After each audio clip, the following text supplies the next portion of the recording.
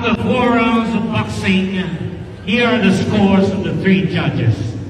Nito lamang nakaraang buwan ng September, napabalitang lumantad ang sinasabing anak sa labas ng pambansang kamao na si Manny Pacquiao na isa ng 19 anyos ngayon at nagsimula ng sundan ang yapak ng nag-iisang 8 division champion na kanyang ama.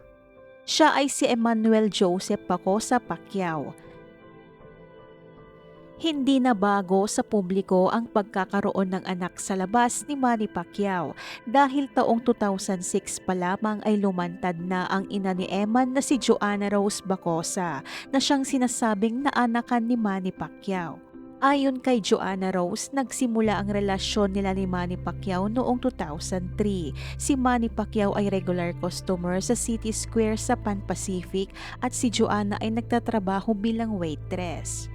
Alam noon ni Joanna Rose na may asawa na si Manny. Sa kabila nito ay nagpatuloy pa rin siya at pumayag na magkaroon ng intimate relationship sa boxing champ. Dahil na rin sa generosity at sweetness ni Manny kaya siya na in love.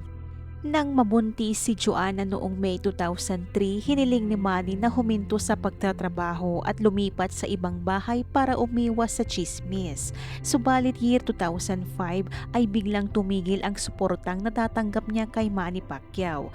Kaya naman nagsampa siya ng mga kaso laban kay Manny Pacquiao noong 2006 dahil sa hindi pagpapadala ng sustento sa kanilang anak. Gayunpaman, ibinasura ng korte ang kaso, sinabing walang posibleng dahilan para ituloy nila ang mga kaso laban kay Pacquiao.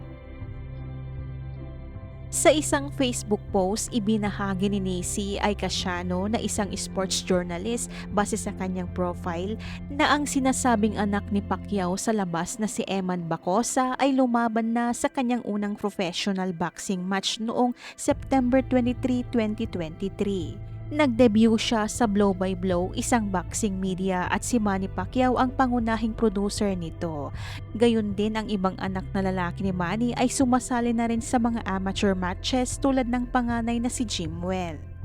Ang nasabing unang laban ni Eman Bacosa ay nauwi sa split draw laban kay Laguna representative Jomel Kodjamat. Matatandaan na itinanggi noon ng kampo ni Pacquiao ang pagkakaroon ni Manny ng anak sa labas. Pero ngayon ay binata na si Eman Bacosa at hindi maitatanggi ang pagkakahawig niya sa kanyang ama na si Manny. Bukod sa physical resemblance bilang mag-ama ay parehas din silang mahilig sa boxing. Kumalat naman sa social media at kitang-kita ang mga larawan nila ni Manny na magkasamang nag-eensayo. Kaya naman tila hindi naman tinalikuran ni Manny Pacquiao ang nasabing anak sa labas, bagkus ay sinusuportahan naman niya ito.